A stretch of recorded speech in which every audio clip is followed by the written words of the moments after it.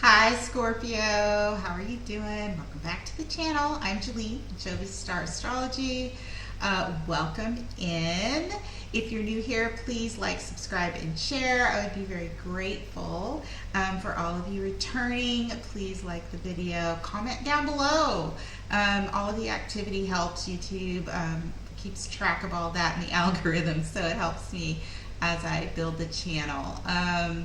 I have your chart up here for Gemini season. We'll talk about that in a minute. But I am doing personal readings. I want to let you know I'm doing personal readings, and you can get a hold of me over on my website at jovisstar.com. That's JOVESSTAR.com. Just shoot me a message over there, and I will get right back to you. I would love to meet you and read for you. Okay, so let's get into what's going on in Gemini season. But first, I want to say, with this nodal axis in Scorpio and Taurus, I have to say, first and foremost, that I really, really am sending good thoughts to all of the Scorpio rising folks out there, because this, especially if you have points in the first or the seventh house where these nodes are traveling, I want to send you good thoughts for whatever it is that's coming up and you're dealing with, because definitely if things are coming up, it's affecting you personally, right, and your relationships. So I'll get into that a little bit more about how these last few months are playing in still to your horoscope for Gemini season. But we will start out with the sun in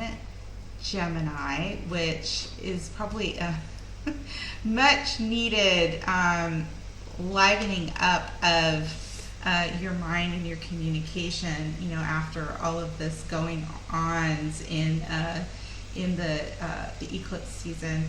But the sun is in your 8th house in Gemini. Now, the 8th house can be, a bit tricky depending on what you're dealing with. It can be debts and taxes, sex. It can be intimate partnerships, combining resources. It can be about money. It can be about relationships, soul connections.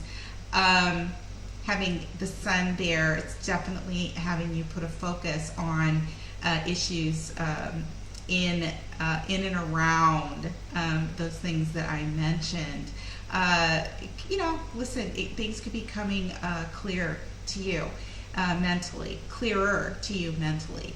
Now, with Mercury starting out the month in retrograde, possibly causing confusion, maybe overthinking. If it's about a shared resource issue or a tax issue or debts, there could be some hiccups. Things could be coming back, popping up for you to review. And you may find that you're not really getting anywhere. There's just a lot of start, stop, or misunderstandings or miscommunication, things like that. But the good news is Mercury's going direct. And it's going to go direct in the sign of Taurus. The retrograde took Mercury back into Taurus over those points where the eclipses occurred. So if you did have something come up around April 30th, when we had the solar eclipse, which should have been about a new beginning, a new start of a cycle, or on May 15th when the lunar eclipse occurred, and maybe something came up that had to be dealt with, something surprising you didn't know about, whether that be emotions or fears or situations. That Mercury in retrograde going back over those points could be sort of bringing that back up, or the themes of that back up, and whether that's emotional fallout from all of that or actual things that have to be worked through.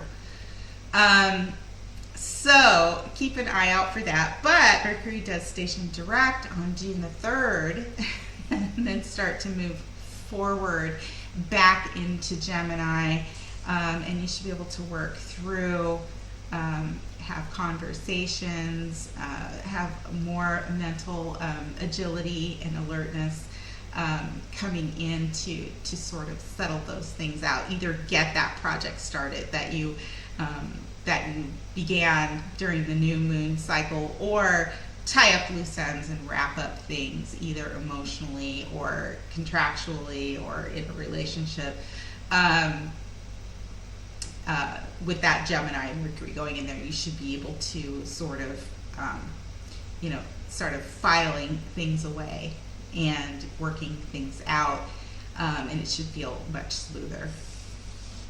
So we have still a square here to Saturn with these notes. So with Mercury going back and forth, keeping some of those issues alive still, or coming back to us, still squaring Saturn. And Saturn has been heavy at play in this nodal transit, and with these eclipses the last few months has been, kind of injecting, a little bit of, possibly fear, but definitely thought-provoking, bringing things up for us to rework and think about. It's a time during the evolutionary process that we learn lessons, that we come to an understanding through things presenting themselves to us maybe from the past, or in your case, coming from the fourth house, things coming up with family that we have to work through, we have to settle, we have to come to a level of understanding of what our part is in that. What lessons do we have to learn at the very least? Fourth house, like I said, home and family. If you had something come up as a result of this south node, north node, these could be difficult situations. The south node in the first house for Scorpio rising is actually affecting you. It could be physical. It could be within a relationship. It could be fears coming up that you're actually speaking about, or it's just very noticeable that whatever might be going on is affecting you physically. And then likewise, forcing you to weave that in, weave those feelings in, weave that situation into some kind of a relationship or partnership. The North Node is sitting in your relationship house and, asking you to bring those things together, right? So you could be, it could have been the end of a relationship. It could have been a physical illness that came up. Something that's affecting you physically and emotionally, tied into a relationship, and that's a partnership as well, so it could be a work partnership. But I have a feeling that it might be more relational in terms of love relationships, but you never know. The seventh house is also legal issues, so you could have something coming up there that's really sort of rocked you. But Scorpio rising, again, especially if you have points in the first house or the seventh house, or anything in those degree areas, right? 22 to 26 in a fixed sign as well. So if you have Leo placements or Aquarius placements, this could also sort of be adding to it. So Saturn here, in Aquarius, like I mentioned, which is squaring the nodes there in your fourth house of home and family, could be causing us a little bit of stress, right? Saturn in Aquarius wants us to take a look at our behavior, our actions. It wants us to course correct if we need to. So whatever's coming up is just kind of forcing us to revisit something in the area of home and family, so that we can make sure that our position, what we have done, is being focused on in a way that when we move forward, we're in a better place, that we're considering the connections that we have, that we're moving into the future. Those are all very Aquarius, very Aquarian things. So not easy place for these nodes and for Saturn to be sitting, but you know, it is all part of the evolutionary process that we have to go back and rework and learn lessons, and that a lot of times has to do with our past. So it's all about learning and maturing. You know, that's what Saturn wants. Now, Saturn is going retrograde, right? It's been direct, and when it's direct, it's affecting us in our outer lives, right? So anything coming up during these eclipses are likely going to be situations and things that are really affecting us personally on the outside. Saturn goes retrograde, which it is going retrograde on June the 4th, kind of brings us back in and gives us a chance to reflect and take a look at what came up. How did we manage that? Taking a look at if there was anything that we could have done to avoid that situation. Kind of a contemplation time, a course correction time. You know, we get this in stages, right? You can't eat the whole elephant, right? When the outer planets retrograde a lot, and they'll retrograde back and forth over a point, kind of giving us little bits and pieces, you know, kind of intensity, and then pulling back to reflect and course correct, and then moving forward, intensity, pulling back to course correct, so that eventually we can, you know, we have enough time to absorb the lesson, you know, absorb what it is we need to do, time to put in the work that we're required to put in, and then sit back a little bit and reflect on, you know, how did that go for me, and what do I need to do going forward. Still continuing to work, you know, Saturn wants you to work really hard, but in a retrograde, it's going to feel a little bit like a break from the intensity, right? But that's to give you a time to course correct and manage whatever it is that you need to settle and work through in that area of life, because it will go direct again, and then you know, the culmination comes up, and then, you know, the trajectory starts to go forward. But for right now, Saturn going retrograde should feel a little bit like, you know, the foot is off the gas pedal for a time, which is a good thing, right? You can only take so much stress for so long. Okay, so enough about all of that, although I would love to hear if anything has happened as a result of these eclipses for you. If so, and you're comfortable throwing down you know, a tidbit or a comment at the bottom, I would love to hear about that, and I definitely will respond. But otherwise, if you aren't feeling like you want to do that, just know my thoughts go out to you, and hang on, there's always a purpose for all of these things that come up, and that is to, you know, put us in a better place at the other end once we get through it. We also have Venus that has been in Aries. That's in your 6th house, so that's your house of, you know, your day-to-day routines and your health, and the house of service. And Jupiter is there also with Chiron, so this is probably good, especially if you're experiencing anything, you know, a lot of physical stress, emotional stress. You know, if you're dealing with a relationship issue or a legal issue, this is good because you know, Scorpio rising being ruled by Mars and Pluto, and then having all of this Aries energy, which is ruled by Mars, in your 6th house. If you're experiencing stress from, you know, emotionally or from outside situations, this should give you an opportunity. You should feel like you can physically burn some of that off. That would be a very good use of all of this Aries energy.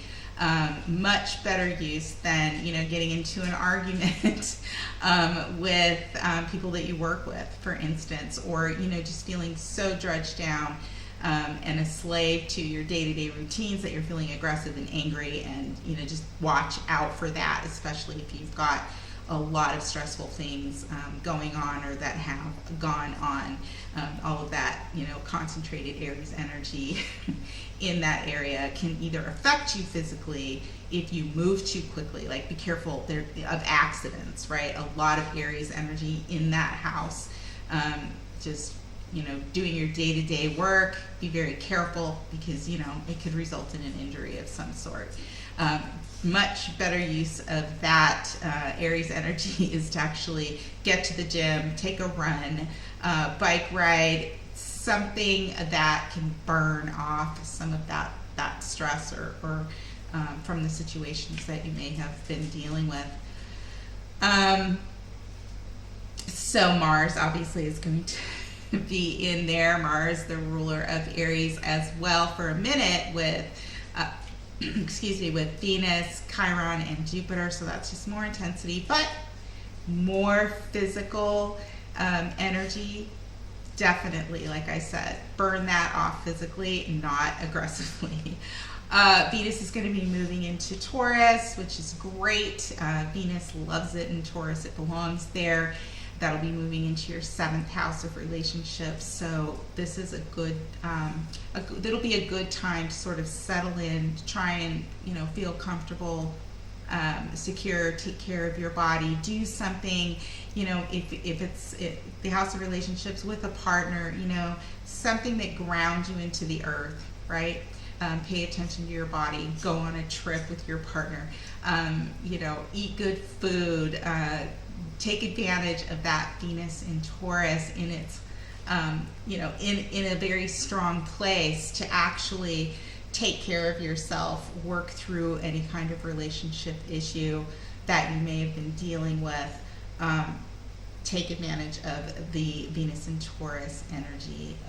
Venus in Taurus can represent love, value, finances, money. So whether you're dealing with a legal issue or a relationship issue or a partnership through a business, this is a much better place, a much more calm place for Venus to be rolling into that 7th house so that, you can calm things down, work things out, and come up with the best solutions that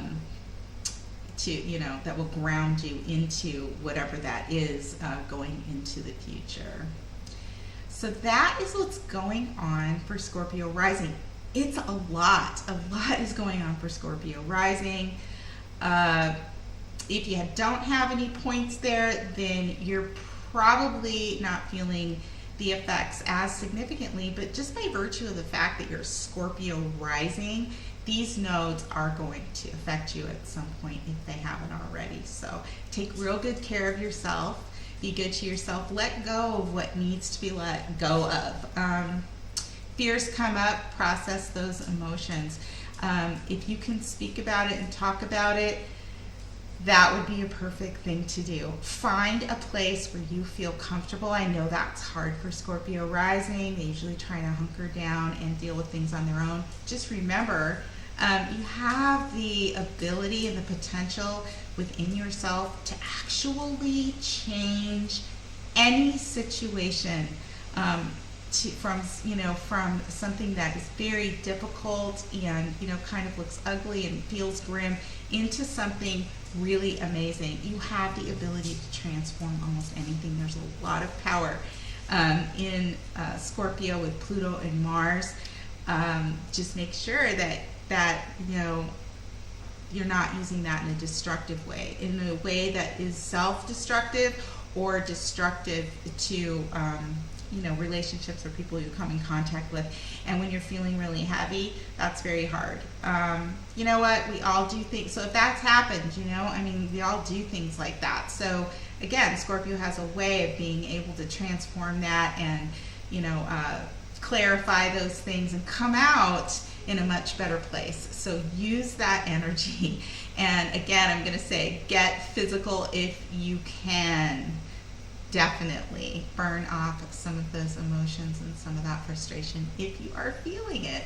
If you're not, fantastic. Then use some of that regenerative, transformative energy and some of that Aries energy in the 6th house of service and reach out and help somebody else, right? Because Scorpio rising is a good friend to have when you need a hand up. Right? You need some support emotionally. Strong as a rock, Scorpio rising. So, if you're doing good, there might be people in your, in your life that you could reach out to and help. I'm sure that they could sure use some of your strength right now. So check in with people. All right, well, thank you for being here. I appreciate it. As always, again, if you want a personal reading, especially if you've been rocked by these nodes, get a hold of me over on my website. I'd love to read for you. If that's a relationship, definitely we can take a look at that too, because there's significant factors here that could play into relationships for Scorpio rising.